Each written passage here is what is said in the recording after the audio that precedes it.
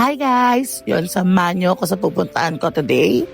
Magpapayos tayo ng buhok and magtitikman tayong kape. Ito guys yung salon. So sobrang liit lang naman niya. Pero sobrang linis at sobrang ganda. Ang mabait din ng hairstylist dito. Yung owner, sobrang gwapo. Ay, kaloka. Sobrang gwapo. Yan guys, inaayusan na ako. Sobrang malalapit na matapos niyan. Yan, sumpa. So, ito na yung result. Bug, bug, bug, bug. Yan, ganda-ganda. Akala mo maganda. Itong taba-ching-ching na to, akala mo ang ganda.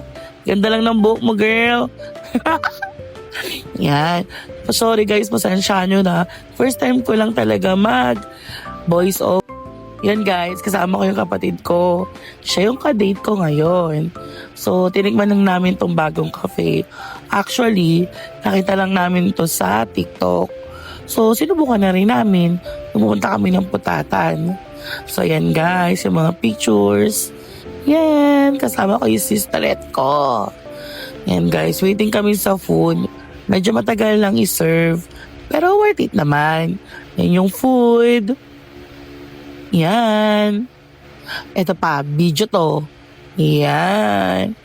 So, masarap naman yung food. Yan, medyo pricey lang. Pero worth it naman sa sarap. Yan, mukha naman ako nag-i-enjoy, di ba? Yan, o tumitikim sa camera, ganda-ganda na naman. Yan. Pero titingnan ko yung pagkain ng kapatid ko para malasahan ko din. Iba kasi yung pagkain niya, laking yung kanya. Yan. Yan, susubo na si Taba-Ching-Ching. Ay, Taba-Ching-Ching talaga. Yan guys. So, masarap naman.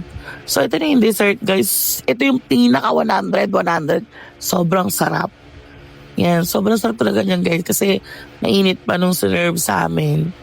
Naubos talaga namin yan guys. Yun.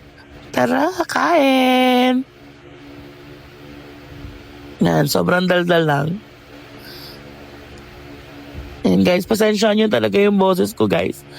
Promise, ayusin ko to kung paano mag-voice over.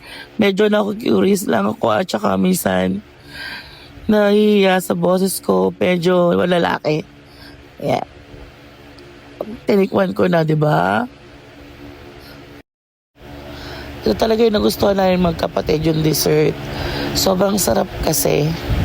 Yan. Yun guys.